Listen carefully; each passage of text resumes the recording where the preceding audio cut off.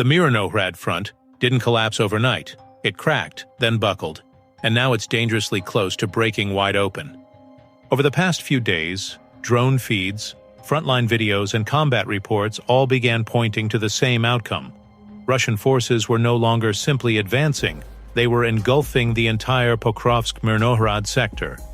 Ukrainian lifeline roads fell under Russian fire control, armored columns were destroyed on the move, and entire defensive positions were hammered by artillery and glide bombs. And then came the clearest sign of collapse. Hundreds of Ukrainian soldiers surrendering after Russian FPV drones dropped thousands of leaflets over their positions. This is no longer a localized firefight.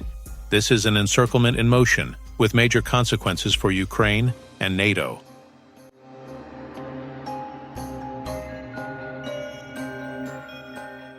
The situation escalated rapidly once Russian units advanced from the east and northeast, cutting off Ukrainian transport arteries with precise artillery and round-the-clock drone attacks. By most military sources, Russian troops have now entered central districts of Myrnohrad. The Pokrovsk-Myrnohrad zone is effectively operationally encircled, with every major lifeline road falling under Russian fire control. Video released from the Russian side shows scorched Ukrainian supply trucks, destroyed infantry fighting vehicles, and APCs littering the streets. Evidence of targeted strikes from FPV drones and tube artillery that continuously hammered retreating Ukrainian formations. These images illustrated not just tactical losses, but a broader logistical collapse.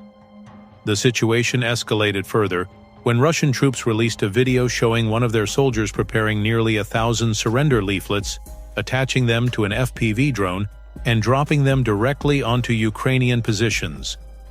Those leaflets promised humane treatment and urged defenders to surrender before being annihilated by blockade and bombardment.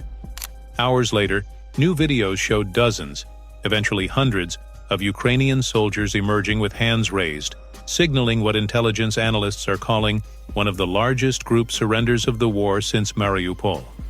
The surrender wave strongly suggests that entire Ukrainian companies, possibly even battalions, were cut off from command links, ran out of ammunition, and determined that further resistance was simply impossible. Meanwhile, on November 25th, another video surfaced showing an avenue in Myrnohrad filled with destroyed Ukrainian vehicles, charred metal, ruptured armor, and scattered equipment.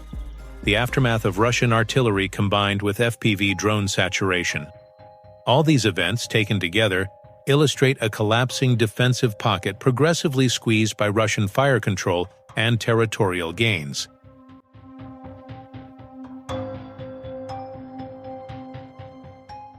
The decisive factor accelerating the collapse of Ukrainian positions in Myrnohrad has been the intense and repeated use of Russia's FAB-3000 glide bombs.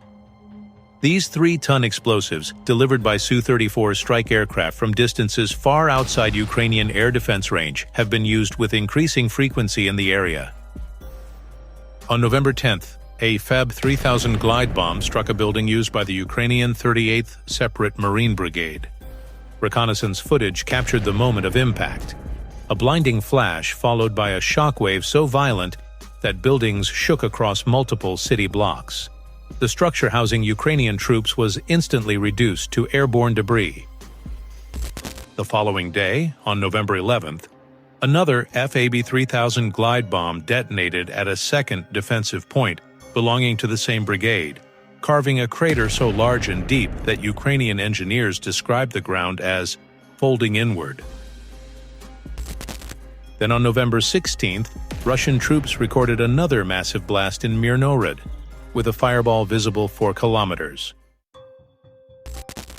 On November 17th, a multi-story building hosting a significant concentration of AFU personnel was completely obliterated by yet another FAB-3000 glide bomb, leaving no recognizable remains of the structure.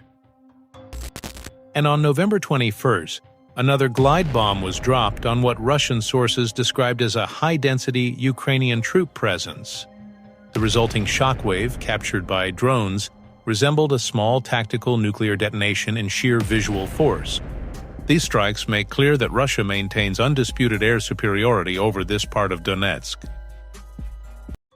Once released, glide bombs are nearly impossible for Ukraine to intercept, and their destructive radius allows Russia to eliminate fortified positions, troop shelters, and underground facilities in seconds. In Myrnohrad, the FAB-3000 has transformed the battlefield, overwhelming Ukrainian defenses and accelerating the encirclement's collapse.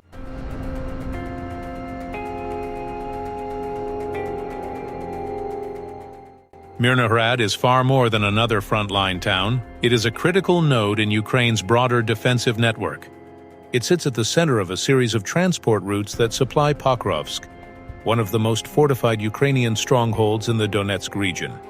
Losing Myrnohrad would strip away the protective barrier shielding Pokrovsk and open the approach for Russian forces to strike deeper into Ukraine's western Donetsk defenses.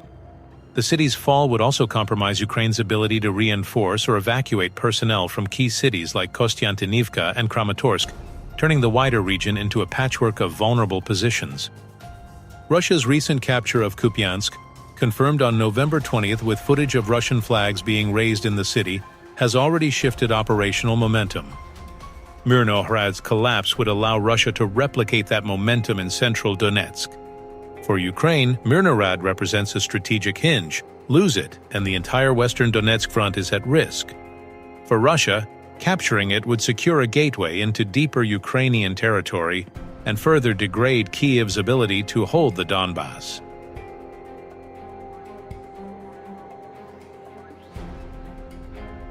At this stage, Russia holds most of the advantages. Ukrainian units in the sector are exhausted, undersupplied, and losing ground daily. The loss of key roads means fresh brigades can't rotate in quickly, and ammunition deliveries now require risky cross-country routes under Russian drone surveillance. Russia, meanwhile, continues pushing with coordinated infantry waves, heavy glide bomb strikes, and constant FPV drone pressure that forces Ukraine to give up positions earlier than planned.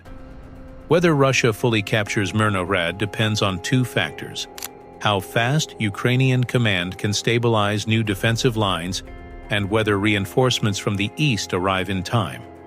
But strategically, the threat is already real. If Russia takes Myrnohrad, it opens a direct path toward Pokrovsk, one of the last major Ukrainian strongholds in Donetsk Oblast. Losing it would force Ukraine to reorganize the entire front, stretching already thin manpower even further. For Russia, it would be its biggest territorial gain since Avdiivka, giving them momentum and a stronger negotiating position. In short, Ukraine can still delay the fall of Myrnohrad, but stopping it entirely will require resources they no longer have in abundance. Until now, that's all for today, and thanks for watching.